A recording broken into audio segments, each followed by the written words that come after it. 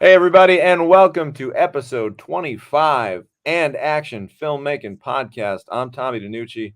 I'm here as always with Mikey Messier, and we have another spooky, shocktober filled topic for you this week. This week, we are getting into the man behind the Jason mask, one of my favorite all time horror icons, Kane Hodder. We're talking about a guy who's got a higher body count than Jeffrey Dahmer and John Wayne Gacy combined. Jason responsible for a lot of carnage over the years. So we're excited to get into that. I had a chance to work with Kane on my third movie, Almost Mercy. But before we get into that, Mike, what's going on? Last week you were all over the place. You were up and down them highways. How you been?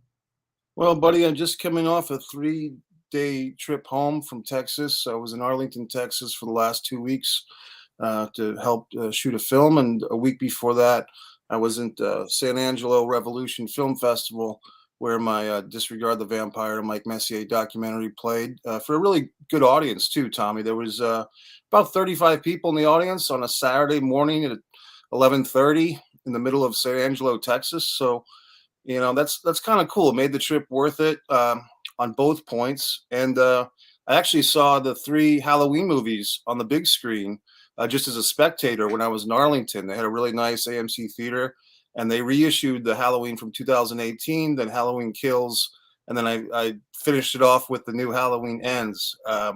And this is films that are kind of contemporaries to our featured subject today, who's an awesome actor who was in a lot of the Friday the 13th movies. So this is very exciting.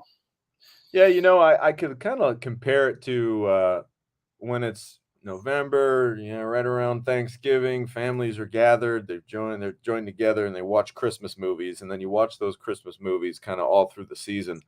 Well, for a lot of people, horror movies are kind of that seasonal cinematic friend that it's a nice companion piece for the Halloween season. I personally love it. I try to watch a couple horror movies a week during this time of year.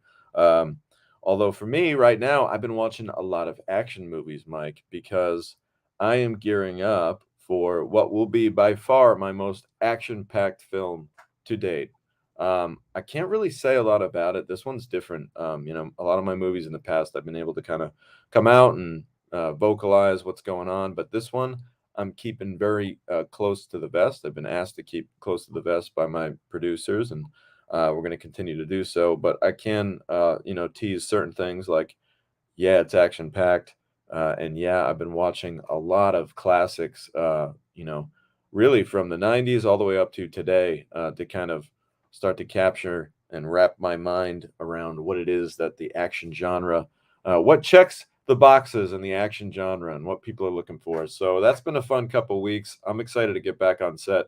We talk about this a lot on the show, but when you're a director, you don't get to do it every day.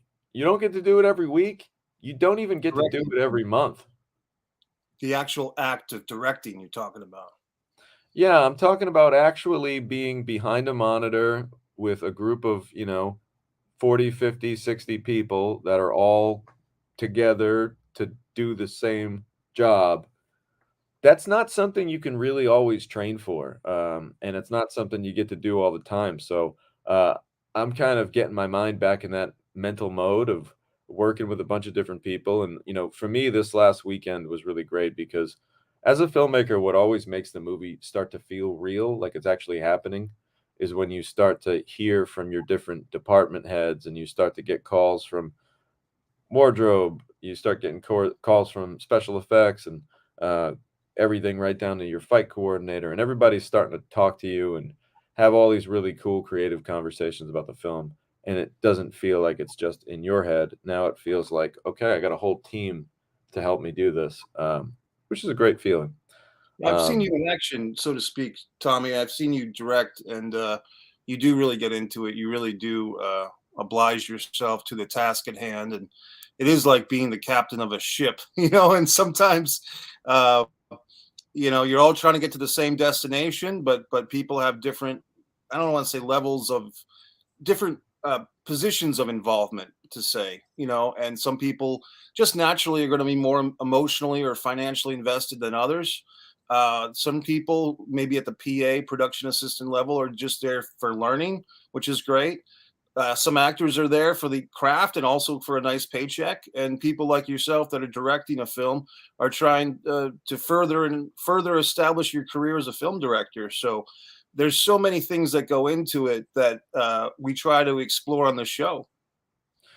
We're trying to get into it, and we're trying to, give you a little bit of what's going on with, the format that's been seemingly, working for us is we love to just kind of bullshit a little bit and chat right at the top of the show about what we got going on and give a little window into what's happening. And, the life of a filmmaker is not always very consistent. If you've been following along the last few months with Mike and I, it seems like every couple of weeks we got a different mission or adventure that we're on. But you know what? That's also what keeps it kind of exciting and, not knocking anyone who's got a regular 9 to 5 cubicle job, but that shit can get boring over time, and at least we get a little bit of variety in our lives. But I just wanted to shout out to Stephen E, who's here with us, one of our faithful and action teammates.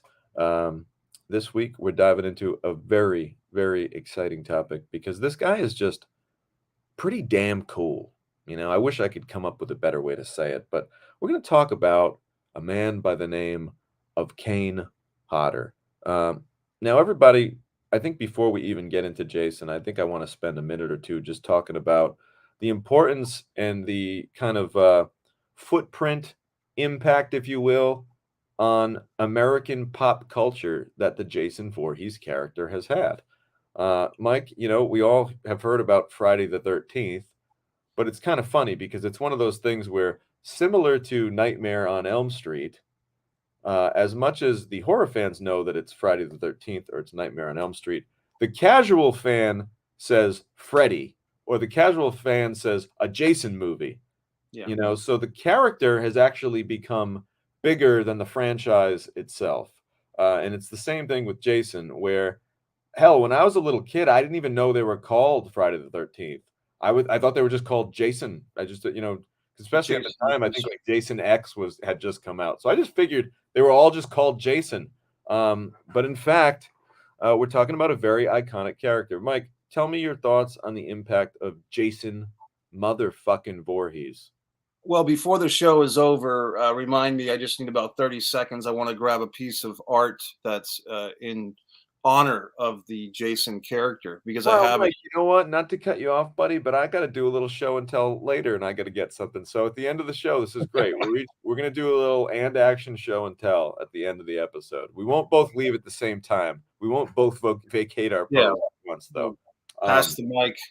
Jason, buddy, when I was a kid, they used to play horror movies on just regular old TV, like the three networks and a couple of UHF stations way back when. And the Friday the 13th movies were definitely part of that October Halloween month, so to speak. And so I kind of grew up seeing the first couple of Friday the 13th movies on good old fashioned TV. I'm sure they were greatly edited, but I do recall, buddy, taking a field trip with some school chums. We were probably too young to see this movie, but we saw it anyway. We went to see, I believe it was Friday the 13th, Part 5. And a big kick for me was that Dudley from Different Strokes was in the movie. The actor who played Dudley. Right, It'd be funnier if they transported the character into, right. Dudley Grove. He escapes Really the him. bicycle. He escapes the bicycle man, but he finds Jason Voorhees. But the actor, pretty good actor too, who played Dudley. Whatever happened to him, but he's in this movie, and we had a great time. And I mean, I was pretty young.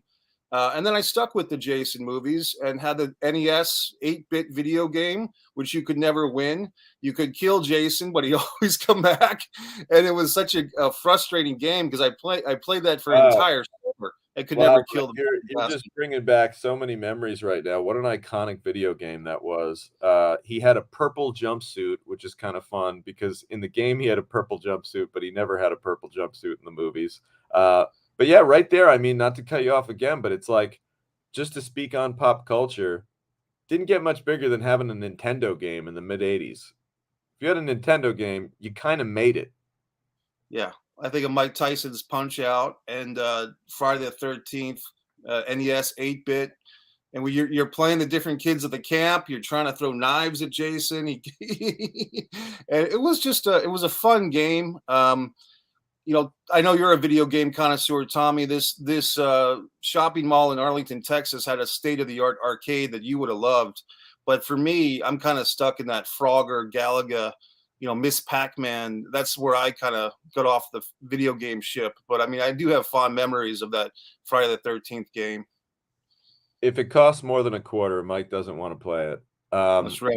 Yeah, here's the thing with those, just Jason in general. Here are my quick memories of my connection to pop culture. I'm a couple years younger than you, Mike. So by the time I was, kind of Jason kind of had his run. By the Right. time I was a youngster, and it was all about going into the old video store and renting. You'd go into the horror section, and as a little kid, and does anyone else relate to this? As a little kid, there were two sections in the video store that fascinated me the most. One was obviously the adult section because it was always enshrouded with a curtain and what's back there. It's this big mystery. It's this my video store had a red curtain and it was like adults only. And as a little kid, you're just like, oh my god, what's back there? So that was the one section that always intrigued me as a little kid at the video store. And Yeah. of course, the other section was the horror section because it's kind of funny. Like adult videos, it kind of deals with extremes, right? It kind of Right. deals with whoa, like this shock factor, the kind of movies that you get to see stuff that you don't normally get to see. So for me, that horror section, man, at the old Blockbuster, like Stephen E is saying here, Blockbuster Video, or for me, Major Video was my video store. Hollywood Video was another one.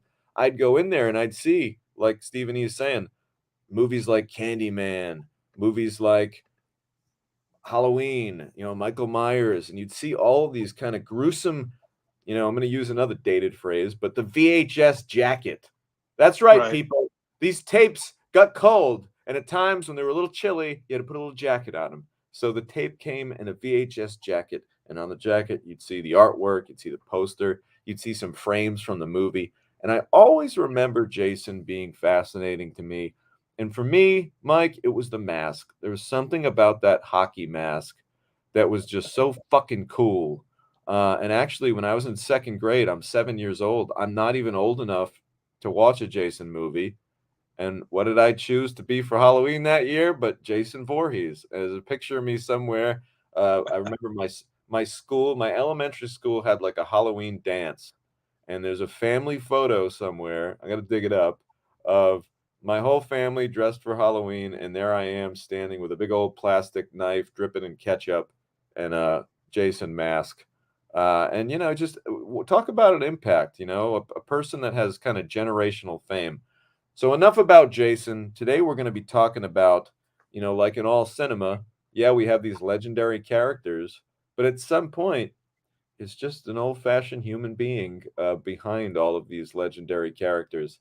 And Kane Hodder is a man who might not be a household name to the average moviegoer, but in the horror genre, he's a king. Kane Hodder is a legend. We're going to talk a little bit about not only him, but his impact on the genre, his impact on the horror con world. But first, let's just give a little backstory on our friend Kane Hodder, who grew up in Auburn, California. Let me try that again. Auburn, California. California.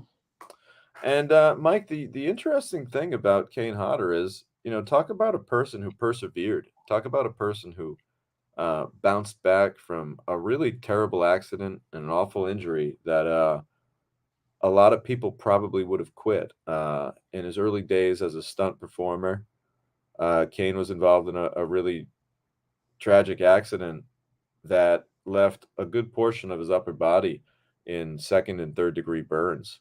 Um, and, like I said, a lot of people probably would have hung it up right there and said, you know what? I'm going to go get a 9 to 5 job. I'm going to go, sell mortgages or something. I ain't doing this stuntman bullshit anymore. But not Kane. You know, he had a dream and he really wanted to do this, so he persevered and he kept going and kept working in a lot of movies as a stunt performer. You know, when we go down the list on some of the movies that he did stunts on, it's pretty insane. I mean, you know, not to name them all, but I'll just bang out a couple of the big ones. The Hills Have Eyes Part 2, Out for Justice with Steven Seagal, The Last Boy Scout, Damon Wayans and Bruce Willis, Under Siege, another Seagal movie. Tommy Lee Jones was in that one. Demolition Man, which was a favorite of mine as a kid, with Sly Stallone. Was the Snipes? Wesley Snipes as well. Yep. Four Rooms, which Mike, wasn't that the Tarantino flick, Four Rooms? Yeah, I think there was like it was a hotel and four different directors Right, helped right. the movie. Yeah, Seven, which is an iconic film starring Brad Pitt. Morgan Freeman and Brad Pitt. Spawn, Wishmaster, Night of the Roxbury, which is even like a comedy with Will Ferrell, and Chris Kattan. Remember him? Remember him Yes, from the 90s? Chris Kattan was always very funny. He did that chimp character. Chris Kattan was hilarious. I'd love to Yeah. dust off Chris Kattan. Quick Chris Kattan story. I don't know if you remember my tragic story, Worst Nights Ever, that movie Tanner Hall, the time I lost that big job because of a zit. Well, Yes. Chris Kattan was actually like the name in that movie at the Oh, time, cool. which is kind of funny. Um, Enemy of the State, Gone in 60 Seconds, which I actually loved that movie when I was like 15. I watched that movie in the theater when I was 15 years old. Stealing cars. Nicolas Cage. I just wanted to go out. I just wanted to have Angelina Jolie in my passenger seat. And I just wanted to be boosting cars. Of You know, course. that's what I was. That's what Teenage boys fantasy. Yeah. that drew me to that movie. Daredevil, Monster with Charlize Theron, The Devil's Reject. So we're talking about a guy who's just literally had a full blown career doing stunts, in addition to this contribution to the horror genre. Um, Now, the interesting thing about Kane is there have been more than one stunt performer that played Jason, but he was the one, and by he, I mean Kane Hodder. He was the first to play Jason consistently for about four movies in a row, and he really embodied the movements, the mannerisms, and in the films that Kane were in are kind of what the fans. Again, this is all kind of fanboy talk, but the fans consider that one the true essence of Jason, if you will. Nobody The did it. quintessential. He's the quintessential Jason. There have been others, but he's the one that everybody kind of loves. But you know, basically, this is a guy who, you know, also portrayed Leatherface, which is kind of interesting. And I didn't know this until doing a little research on him. But, you know, everybody knows the Texas Chainsaw Massacre, right? Another massive horror franchise. Well, Kane got a chance to play Leatherface, and it was actually called Leatherface Texas Chainsaw Massacre 3. So that was in the third one. So pretty cool to play two iconic horror villains in your lifetime. Well, Tommy, I want to go back to that burn situation because you know more about Kane than I do. But from the little that I know, the burn situation, Kane, in his own words, says that made him more empathetic to other human beings.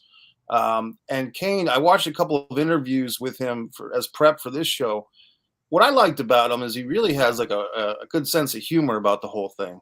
You know, he talks about the difficulties of wearing the Jason Voorhees costume because there's so much work that goes into the makeup. And one of the more recent films, I guess, the makeup artist wanted to make his skin, Jason's skin, kind of overlapping with the mask, as if he's been wearing the hockey mask, the goalie mask, for so long that his face is kind of growing around it and into it.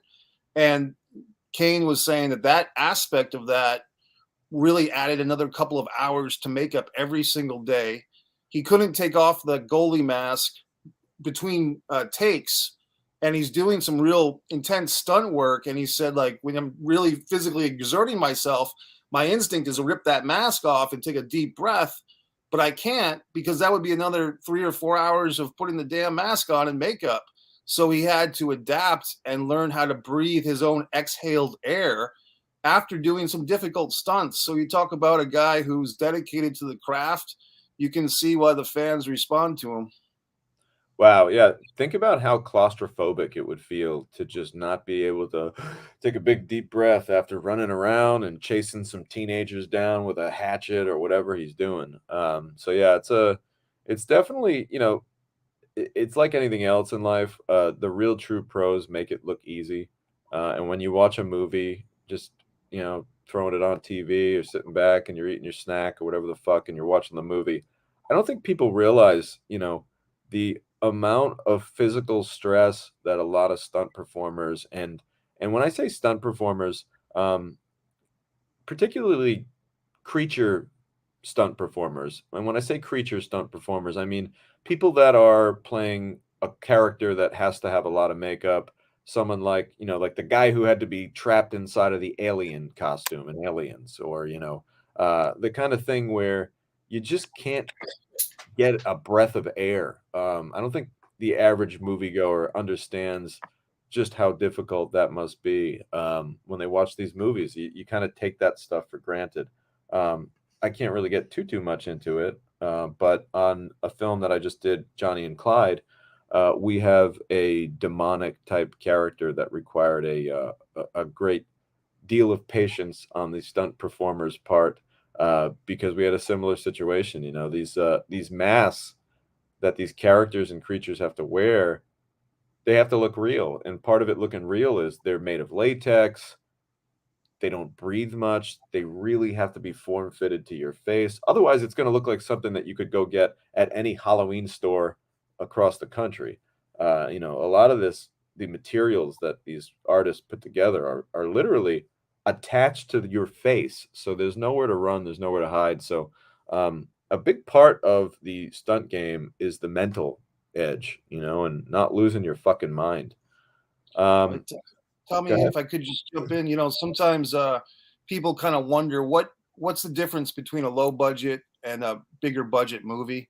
And look, I love low budget movies. I make a lot of them, but the difference in some regard is things like hair and makeup, and especially for horror. If you're making a low budget horror, we've both seen these things. We've probably both been a part of them, where you have like the Caro syrup and then just some crazy mask. But when you're talking about the Jason Voorhees character, Friday the 13th, or on the opposite side, Halloween or Freddy Krueger, Nightmare on Elm Street, you've got some top of the line people making these makeup things. I mean, for some of your films, Tommy, Army of the Damned and The Manor specifically, you had some really great people doing makeup and horror makeup, so to speak. So that if people are wondering, hey, what's the difference between this $5 million movie or this $50 million movie and this $5,000 movie or $200 movie? This is where that money comes into play. That's a great point, Mike. And to kind of further that point and add on to it, a lot of what people don't realize is, and I've had to find this out the hard way, the big costs with these special effects, they're not on set. It's not an on set cost. By the time you're on set, it's just application. You're just applying the makeup. The money comes in the prep because it takes weeks and weeks and weeks to do these kind of makeup builds. You've got to design them, you've got to get the proper schematics. I love saying schematics, but you need to get the proper schematics. You got to get the proper specs, the actor's size and face, and you've got to have the actors have to already be cast, and then they have to come physically go into the shop and get molded, get cast, get made up, get measured. Um, and all while that's happening, as they say in the taxi cab business, the meter's running, Right. and that time is all money. So I've been a part of films where you spend enough money to buy a Mercedes Benz, just in the prep to build the special effects. So it's a very labor intensive process. That's the best way to put it. Especially when you're talking about custom builds. You're talking about literally taking an idea from thin air and creating it. So it's a lot of money. It's a lot of engineering. It's a lot of science. But let's get into one of the reasons why we came here today, which is to talk about Kane Hodder's involvement in my third film, Almost Mercy. So, right around the time of Almost Mercy, which by far is one of my favorite movies of all time that I got a chance to make. That was the movie where, for me, I felt as though things started to click. And although I'm still learning every day, and I feel like, I still feel like a rookie in a lot of ways as a filmmaker, um, I feel like Almost Mercy was like the film where I made like my first bit of growth, where I said to myself, like, oh, okay, I know not to do that now. I know Right. to avoid this. I won't get hit with that one, this time. Um, so I was feeling really good. We're casting the movie, and Bill Moseley was on board to play a really great character in the film. And a lot of times, in the movie world, when you're talking to an agent and you just cast one of their clients, they'll often try to do a package deal of sorts. It's business, right? Like anything else. Hey, I noticed you've got this role for Coach Elwood, who was a gym teacher in the movie.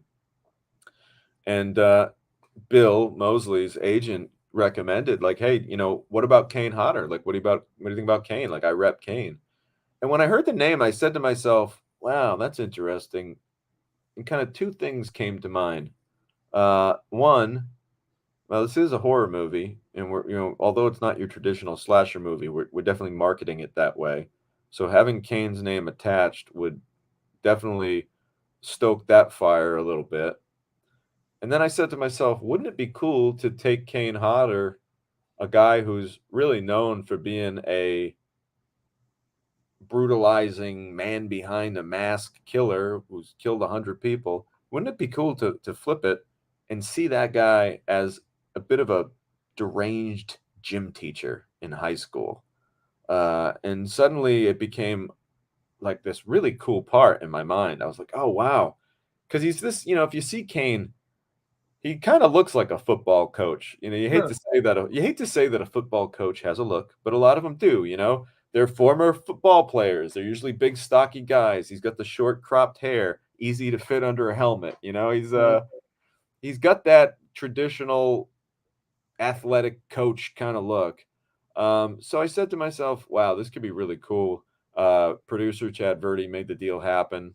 And before I knew it, I said to myself, wow, I have like a real deal horror icon in this movie now. This is awesome. So I started to really tweak the part and think about like what it would be in my mind. And I didn't get a chance to talk to Kane until he showed up, and I wasn't really sure what to expect.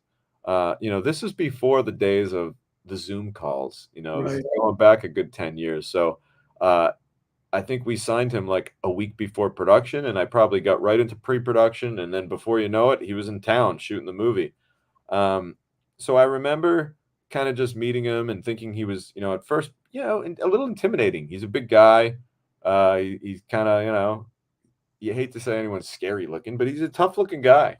But like Mike said in his interviews, he's very, very funny. And like right away, he just starts cracking the jokes and tells me right away, "Ah, Tommy, man, I love this part, dude. I never get to do shit like this. This is really just fun for me." And I wrote this really great monologue with B. Dolan, co-writer B. Dolan, and B. Dolan's just really good, and he wrote some really crazy shit in there about this kind of overbearing gym teacher who has this crazy book called The Power Dynamic, and he's going to give this book that allegedly changed his life to this young student.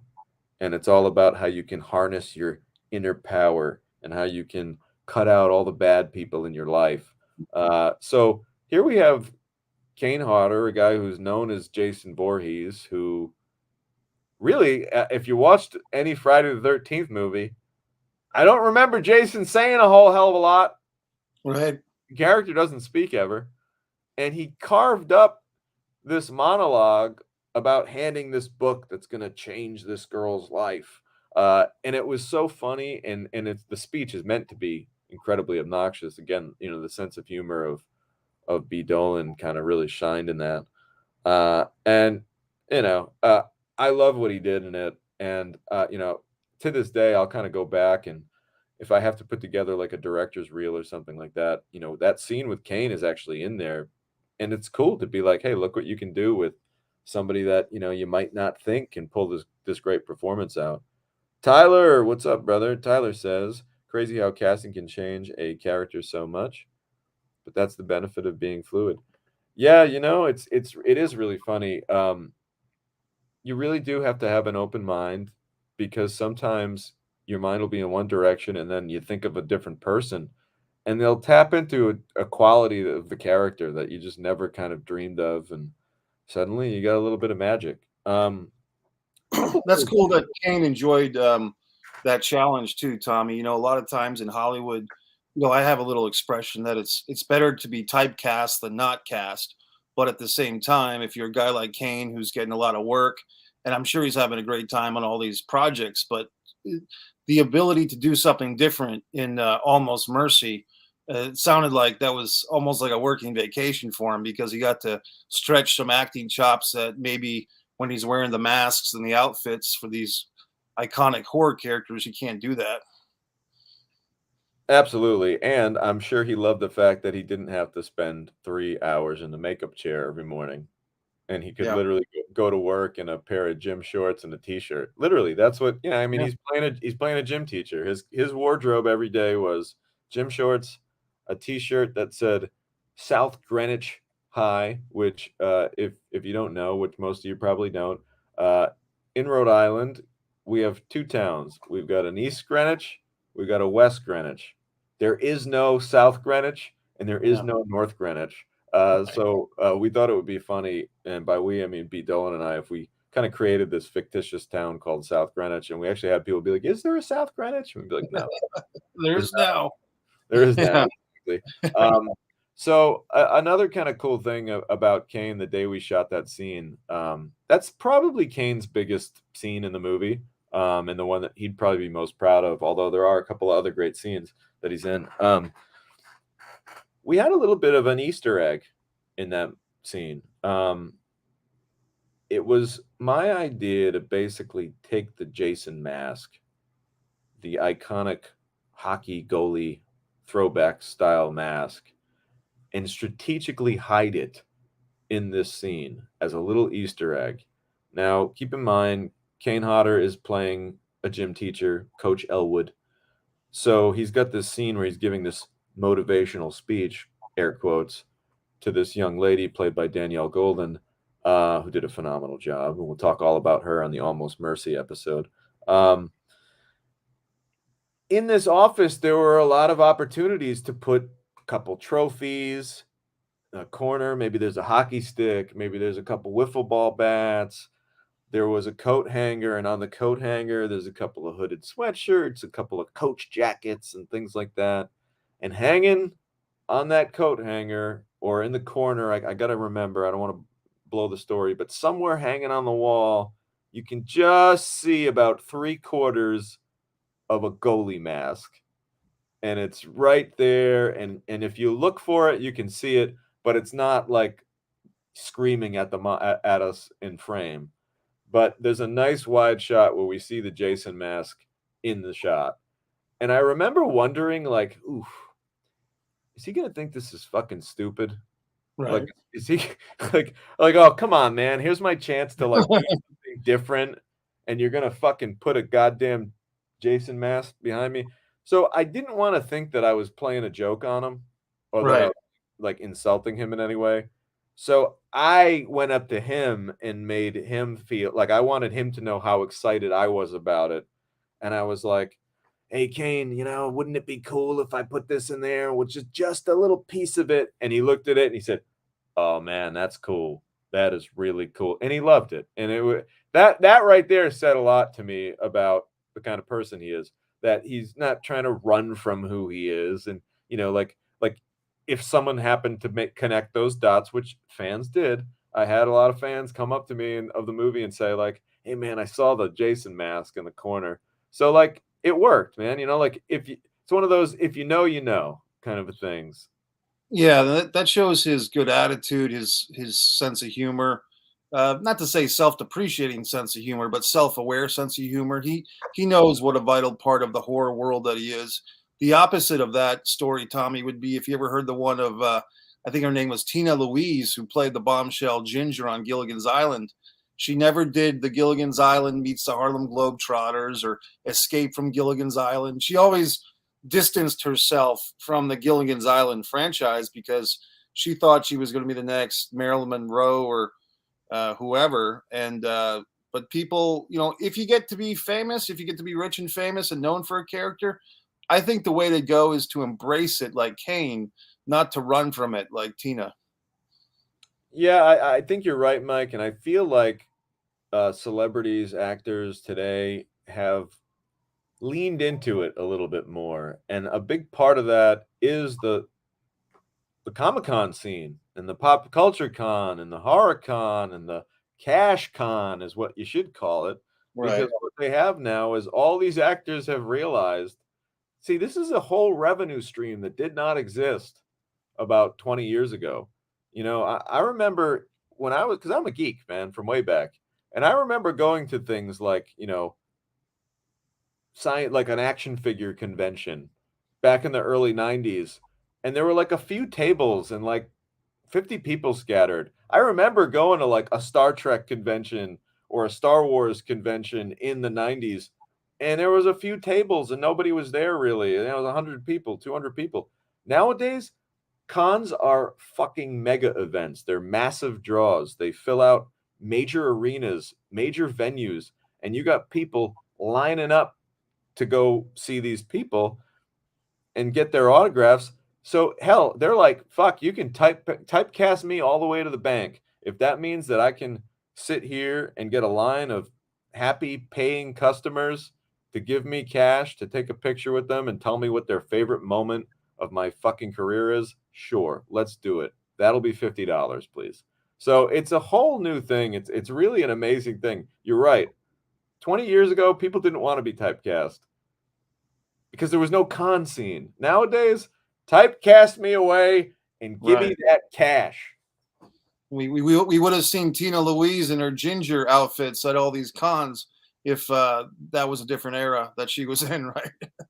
Mike, Ginger would be sitting there dressed in full ginger regalia, signing coconuts for Yeah. You could have her motherfuckers. sit on your lap, you know, whatever. She'd be signing coconuts for $50 a coconut for sure. I guarantee you. Yeah. Um, but back to Almost Mercy. The fun thing. This is another fun thing about that scene.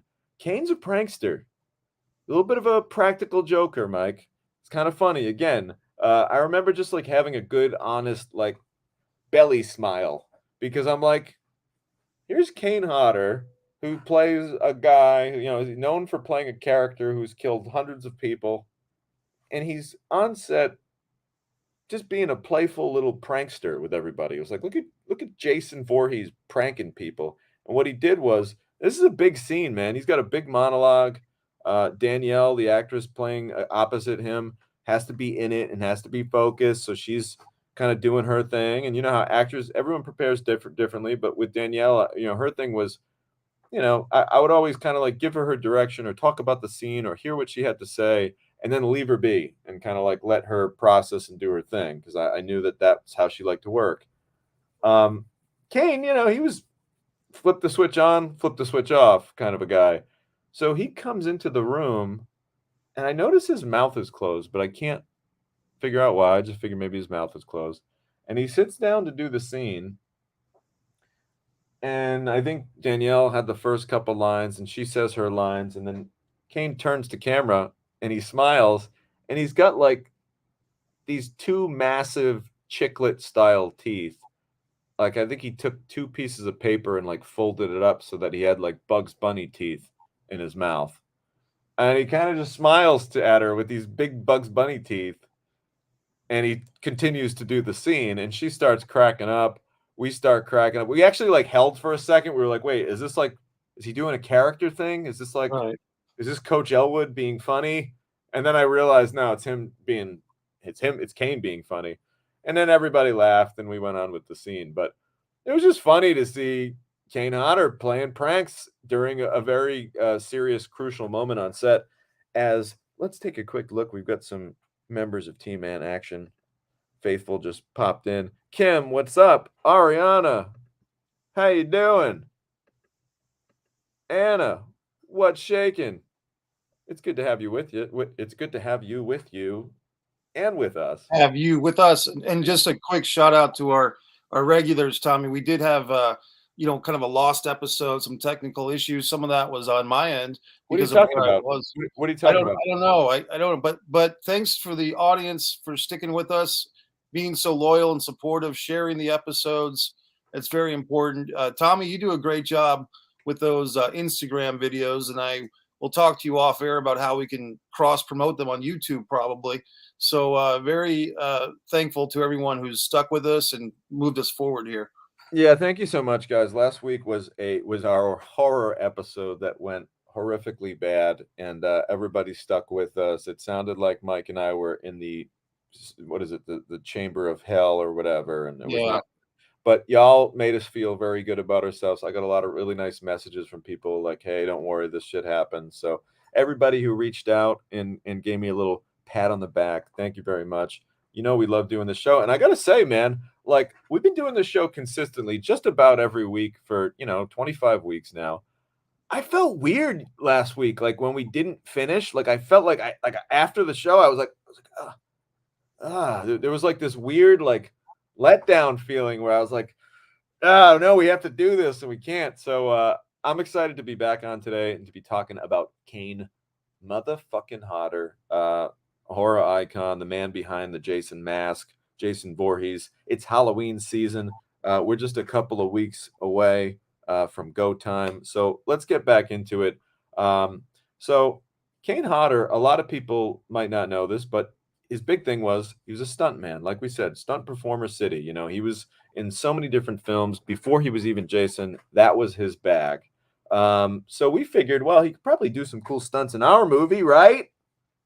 Let's try it out. We got this traditional, classically trained stunt performer who's really done it all.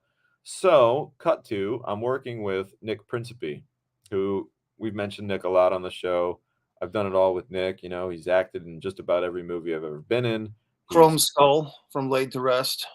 nice little horror shout out. He was Chrome Skull in the Laid to Rest horror franchise. He's a stunt performer. He's a big bastard. He's about 6'7", 260 pounds. He's just a terrific dude. He's working with Kane, and he's worked with Kane before. He knows Kane from the horror convention world. So we had this idea where Kane basically shows up to a party. His character, not Kane, but his character shows up to a party. And it's the classic, like, the gym teacher's hanging out with the kids kind of a thing. Like, he's kind of a creep, and he's at, like, a high school party. So he shows up to this party, he enters this trailer, and there's a trap set for him where he's ambushed. And the idea was to have him kind of narrowly miss this tomahawk that was flying towards camera. He narrowly misses it, and he was supposed to tumble out of the trailer and fall down a hill, right? Stunt performer, right? We figured he could do this cool stunt where you've all seen it before, the classic tumble, da dum, ba boom, ba boom, and he tumbles and he lands.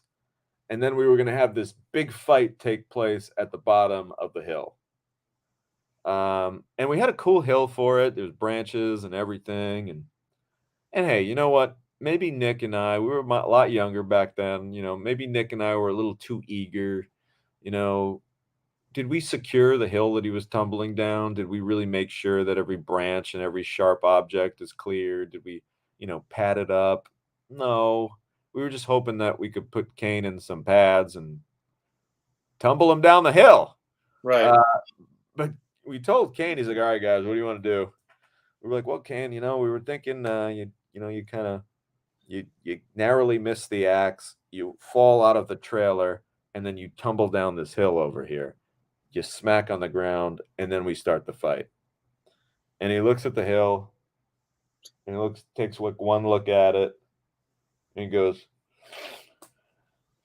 why don't I just fall out of the trailer, and we'll start the fight right here.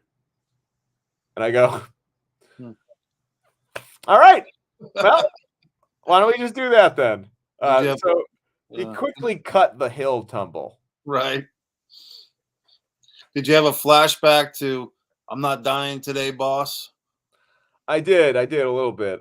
You know, Mike's referencing the time Eric Roberts told me that he refused to die. But no, that wasn't it. He didn't refuse to die. He was fine with that. It's just, you know, look, it's funny because two things. Number one, I remember at the time being slightly disappointed that he didn't want to go all the way down the hill. Yeah. But in retrospect, two things. Number one, pacing and timing wise, he was right. His instincts were right. It was better to just have the tomahawk fly. Boom, he falls down, and then boom, this attacker is right on top of him, rather than this whole chickadee boom back down the Sure. hill bit. Which, and here's the other element. I'd beg to say that we didn't have the proper rigging to even cover that hill properly with our cameras. You know Right. what I mean? Like, if we were to try that hill bit, like, had Kane not have cut that hill stunt, we would have been still shooting probably. Like, we wouldn't like, we wouldn't have made our day, meaning, like, I remember that day. So everybody, when I say make your day, what I mean by that is generally every movie set has 12 hours to shoot from when everybody shows up to when everybody goes home. If you don't film all your shit that you had selected to shoot that day within that 12 windows, that's called not making your day, or we didn't make our day. And what that means is you don't have to quit. Sometimes you do if you don't have the budget for overtime, but if you have the budget for overtime, if it's in there, all right, we're going to go into hour 13, we're going to go into hour 14, but guess what? That shit costs money. So basically, in retrospect, had Kane not cut that fall down the hill bit, which probably would have taken at least 2 hours, at least, if things went Maybe 4 or perfectly. 5, really. Yeah, I mean, I'm talking if things went perfectly, we could have covered it in 2 hours and nobody got hurt. If he didn't cut that, we would have never finished the meat of the scene, which was the fight. You know, that's what really fucking mattered. So to me, it wasn't Kane being lazy or saying like, I don't want to fall down that hill. That's not safe or any of that bullshit. It was him realizing like, guys, you got like 5 hours left in your day, and we got to cover a massive fight scene. We still got to do a bunch of effects. Let me just fall out of the trailer and get to the fight. So there's an example of a guy who's been on about 100 movie sets telling a guy who's been on about 5 movie sets at the time, hey, that's a cute idea. We probably don't need it right now. Yeah, Tommy, it reminds me of so many stories of when you're making a movie, sometimes you have to kill your darlings, like the stuff that's non-essential or cute, for lack of a better term. Yeah, and I'm not talking about your scene. I'm talking about movies in general. You have to cut some of that stuff to make your days and to tell the story. What's essential to progressing this story? And I remember being on a student film set, Tommy, where they spent half the night setting up with a tracking shot, with the track on the ground. And it was just for my character in the Mortified to open a door. Well, we spent about 6 or 7 hours waiting for this tracking shot. And then after 6 or 7 hours, they're like, we're not going to get it. We'll just set up the tripod in a couple of spots. But 6 or 7 hours went to waste. And that's the type of thing that with Kane's experience, he did you guys a favor and just said, nah, let's just have me fall out of the trail and then we'll fight. Yeah, and it was great. He didn't do it with an argument. He didn't do it with a sense of arrogance. He just kind of said, "Yeah, let's just do this." And we were like, "All right." We weren't about to fight him on that. It kind of, it's weird. He translated his thoughts telepathically, and we kind of went with it. But to play to your point, Mike, it's almost like I think sometimes filmmakers, it's almost like if a chef were to spend all their time on preparing an appetizer, and they have Right. this delicious appetizer and it's amazing and everybody loves the appetizer, and then by the time you get to dinner it's like, well, I spent so much time on the appetizer that the meat's raw, it's undercooked, it's bullshit, fucking the sides are no good. Well, you're going to be pretty fucking disappointed. Nobody's going to go back at the end of the night and be like, boy, that appetizer was great. No, they're going to say dinner was fucking terrible. Why was my meal so shitty? Well, because you spent too much time on the stuff that doesn't matter. So I think that's the comparison in this case for what you're saying, Mikey. Yeah, I agree with you. That's very spot on. Don't spend too much time on making your fucking salad if you're going to be feeding people scraps for the meal. Okay, so the overall upshot, this is another kind of funny thing. If you watch Almost Mercy, um, it's fun to see what interpretations of directions actors have. I remember telling Kane, hey, listen, when Coach gets invited to this high school party, you know, the older dude, the 40-something-year-old guy who still's getting calls to hang out with the football players. Oh, Coach is cool. Have some beers with us. Highly illegal, highly immoral, horrible shit, right? I said, when Coach Elwood gets a call to come to the high school party, he's excited about it. So when you get out of that car, I'm going to pump a really cool song, like a rock and roll song here. I want you to be still dancing to that song, like as you entered the building, kind of a thing. So it's like almost like when Coach shows up, he's already dancing, kind He's of a already partying. character. Yeah, he's already partying. And I remember I saw what he was gonna do. I was like, "Can I see? Let me see what you're gonna do." And he gets out and he does this little shuffle shimmy, very much like if you're a fan of wrestling, very much like Dude Love, kind of like does a Dude Love dance. Or Jackie Shimmy. Fargo for the older fans. Yeah. Yeah, he does this like shimmy, and I remember seeing it and saying, "Oh my god, that's fucking priceless." And I said, "Okay." And here's a case where an actor's intuition changes your cinematography because I say, look at his fucking feet shimmying, look at his boots, like look at how that moves. So I said, all right, we're changing this up. Let's start right on those boots.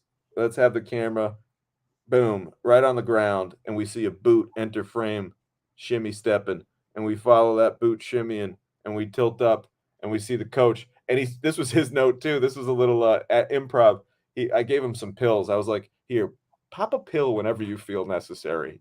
Little recreational activity. So like as we tilt up, he's shimmying, he's dancing, he's popping a pill, he's getting on the phone. He's like, "What's up, guys?" So it was perfect. So another case where I love making movies, man, because it's like you get to paint with other artists, and it's like, ooh, I'm gonna use this color, I'm gonna use that color, I'm gonna add a slash of this, I'm gonna shade that in right there, and it's like, and you get this amazing kind of work of art when it's all done, and when making movies is good, there's nothing like it. There really is nothing, no feeling better than kind of putting together those moments. Um, but yeah, the overall upshot, Mike, to this day, I'll hear people say, and hey, look, maybe he's being nice, but I don't think he is because a lot of times these guys don't bullshit. They don't mince words. I've had a lot of friends and just kind of people I know, Facebook people that aren't even close personal friends that have reached out and been like, "Hey, I was at a horror con in New Jersey and I saw Kane Hodder and I mentioned Almost Mercy and he smiled really big and he said that was one of his favorite roles of all time." And I've heard that from like multiple people. Now, granted, he could just be a nice guy, and yeah, you just paid him money for an autograph and a picture, so like he's not going to be a jerk. But he didn't have to say that. Nobody has to say nice things, so we appreciate that. Well, I mean, maybe this is a guy that you want to work with in the future because he just sounds like a very positive guy to work with, and his performances are always great. And as we've covered in the convention world, and I believe that there was, I don't know if it got finished or not, but there was some type of documentary being made about Kane, his career, including the burn accident, and after that, I hope that doc got finished. I don't know if it did, but he just seems like a really earnest, fun, exciting guy to work with. Yeah, he really was, Mike, and I would love to get back on a movie set with Kane. We talked a little bit about it before, but let's just go over it one more time. Kane really is among one of the OG innovators of the con scene, specifically the horror con scene. We talked about how about, 15, 20, 25 years ago, go back to the late 90s, early 2000s, there was always this kind of cult, this subculture of horror fans. Always. They were always there. But it wasn't mainstream. It wasn't as they say cool to be into horror movies. Whereas I feel as though in the last 5, 10, 15 years, particularly in the last 5 to 10, suddenly being a horror person, being a fan of the genre has become cool, meaning you can go into a Target or a Walmart and you can see a t-shirt for Freddy Krueger or you can see a t-shirt for Jason or whatever. Whereas there was a time when like to get a horror t-shirt, you'd have to go to like a specialty store to find something like that. You might have to order something like that out of a comic book. Whereas now it's just like so fucking mainstream. And part of that is these conventions. And Mike, like let me hear your thoughts on the convention world and the convention scene, because I know you've dabbled in that space. I've been to a few. I mean, the Rock and Shock in New England, where I saw Incubus that you were in with Robert Englund. That's a New England tradition. They started another convention in Providence at the Providence Event Center. That's done very well. Providence Convention Center, I think it's called. And I went to one in North Carolina about 2 years ago, Tommy. It was right before COVID, like literally like 3 weeks before the whole thing with that. And I was showing my Ox Baker, one of the boys' documentary there. It got accepted into the festival, so they gave me a festival pass. But it was really a horror festival, and and Ox Baker was known for being an escape from New York. But beyond that, that was really his only connection to horror for the most part. But the people were very gracious. There was a nice audience. Maybe 100 people came to see my movie. And at the same time, you had Carl Weathers, who, of course, is known for Apollo and Action Jackson. And he was just doing that Star Wars thing on Netflix at the time. So I saw Carl Weathers speak. But Tommy, every room I went into, this thing was jacked up. I'm talking about like big costumes that you could buy, tons of DVDs, VHS for collectors, people signing autographs. And it was, I believe it was a 3-day convention. And every day I went, it seemed like the energy was high, the enthusiasm was high. You had people dressed up in costumes of their favorite characters. It was pretty impressive, and I enjoyed myself. Yeah, Kane Hodder is really one of the first major attractions at those horror cons. It's definitely also cool because, it's like it's great to be with like-minded people, and I think you kind of hinted at this. There's an energy in these cons, right? It's like there's a Right. feeling where I'm surrounded by all people that are just like me. And I think that sometimes people that are into various kind of specified nuggets of pop culture, these different little shelves of pop culture, if you will. I love horror movies. I love action movies. I love wrestling. It's all kind of these different little uh, subsects of pop culture. And I think that there's a little bit of empowerment when you go to a con because you feel like, wow, I'm around, like, look at all these people that are kind of just like me. And I think sometimes, people that are into these different uh, sort of factions of pop culture, there's a little bit of ridicule. People like to bust balls sometimes if you're into something, and they like to kind of, you know, poke fun at things that people like, right? That's something that everybody always kind of, growing up, you always get somebody who, whatever you like, someone's going to try and make fun of it, right? It's nice to be in a room where you know that, like, everybody here loves what I love. And for lack of a better phrasing, they get it, and Right. people like Kane Hodder have been, I don't want to say taking advantage of because he's providing the service. These fans get to meet him, but they've been leaning into this convention world and leading into this aspect of being typecast uh, to make these cons a special place for fans to go and celebrate the genre. And to this day, you can go, and it's kind of funny. Like, Kane's big thing is, first off, Kane was way ahead of his time because I remember meeting Kane, meeting up with him at a con after we did Almost Mercy. And this is long before the pandemic, and he always wore gloves at these cons. Like, didn't, because he's shaking 1,000 hands, right? A lot of germs going around. It's just funny to think that, Jason Voorhees might be a germaphobe. It's kind of fun. But Smart he, move on his part. I that's what mean, I'm saying. Very yeah, smart. and it's You can't kind of take Jason Voorhees is not about to get taken down by some tiny little fucking microscopic germ. That's not going to happen. right. So his big thing is, you pay whatever the fee is to take the photo, and his big thing is he takes a photo of you choking you. Like, people want this. They want a picture of Kane with his hand wrapped around their own throat, and they usually make like a choky face Yeah, and they snap the picture. And people pay money to have this guy choke him. That's how iconic he is in the world. it's similar to in Japan, and the late great Antonio Inoki used to get money from wrestling fans to slap him across the face as hard as he could. But Kane, of course, was not hurting anyone. He's doing a nice simulation of a choke.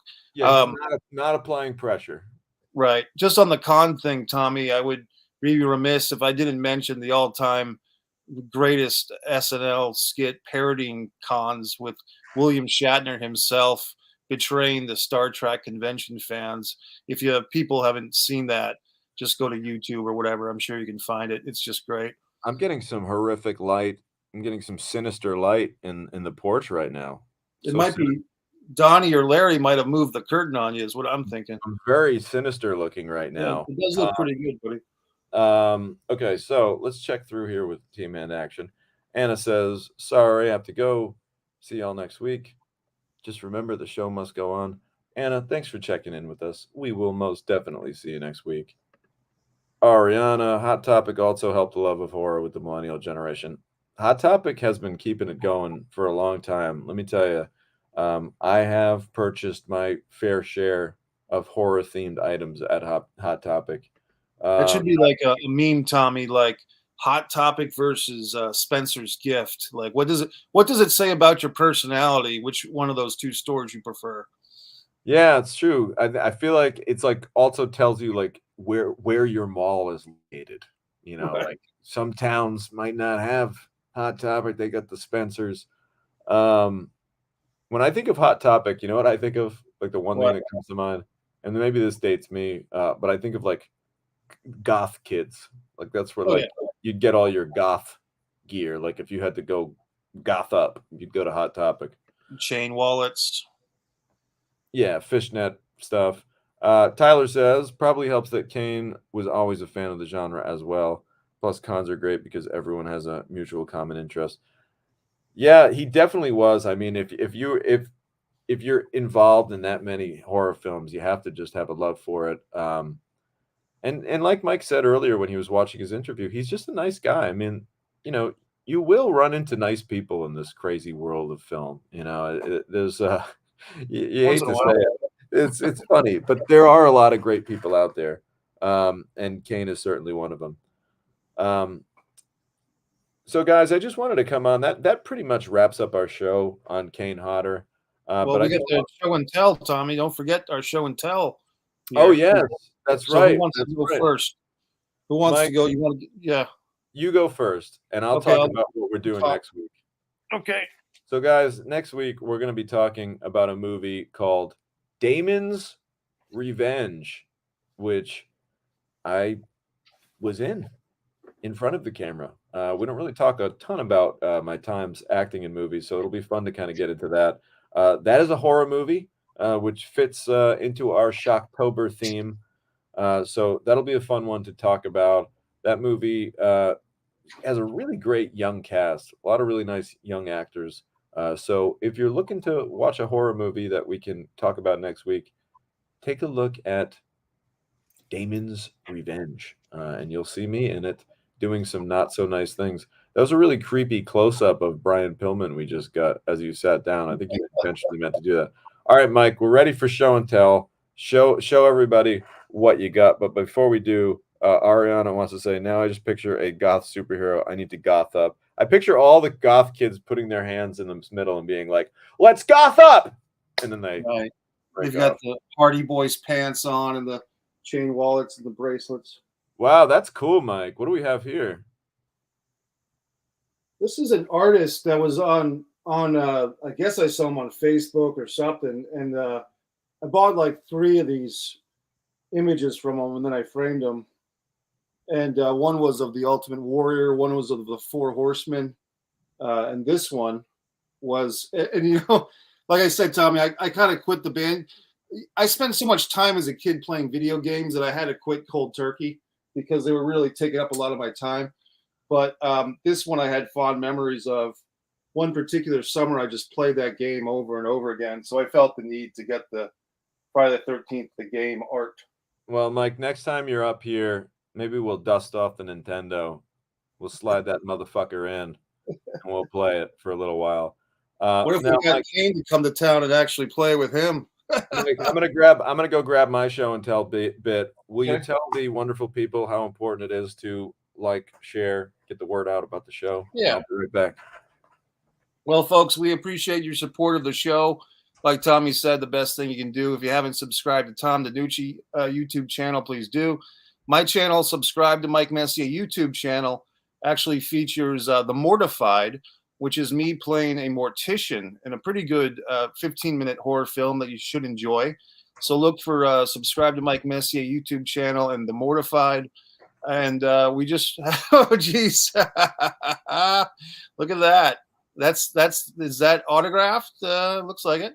Hey guys, so remember that story I told you about with KANE HODDER and the little Easter egg that we had hidden? Yeah. Well, this is the mask that we hid in the scene, as you can see.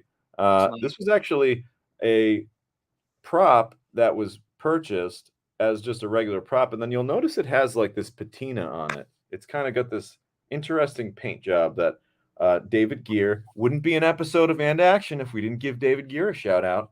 But Yes. David Gear painted this. He's an accomplished artist. To give it a little bit more of a, like, I didn't want it to just be like this loud white hockey mask in the frame. I Right. wanted it to be a little muted, the colors. So David painted this, gave it this patina, and then, you know, we even had, like, as you can see, we had all the iconic Jason markings on it and everything. And then you'll see Kane signed it right there, KANE HODDER, and you can see it says Jason. So What a collector's item. That's this is great. one of my favorite pieces, you know, and this was actually the first of many. Like, once I got this, the fucking light bulb went off in my head, and I said, from now on, every movie I make, I'm gonna take like one nice memento, one nice piece. So now I have a nice collection I've kind of developed over the years where, like, every movie I try to get one nice piece and have one of the stars sign it or the whole cast sign it. And you know, hey, you tuck it away and you think about these wonderful moments and you share a memory. I might have helped you with one of those for the Kevin Nash thing in Connecticut. We got You the did. You yeah. did. We don't want to play full-blown show and tell, but he's sitting on the shelf right over there. We'll have to bring him out when we do an episode on that one. But thank you everybody for joining us. Like Mike said, please share, get the word out. We can't tell you how much it means to us. Thanks for watching along. We'll see you next week on And Action episode 26. Thanks for watching, guys. Happy Halloween.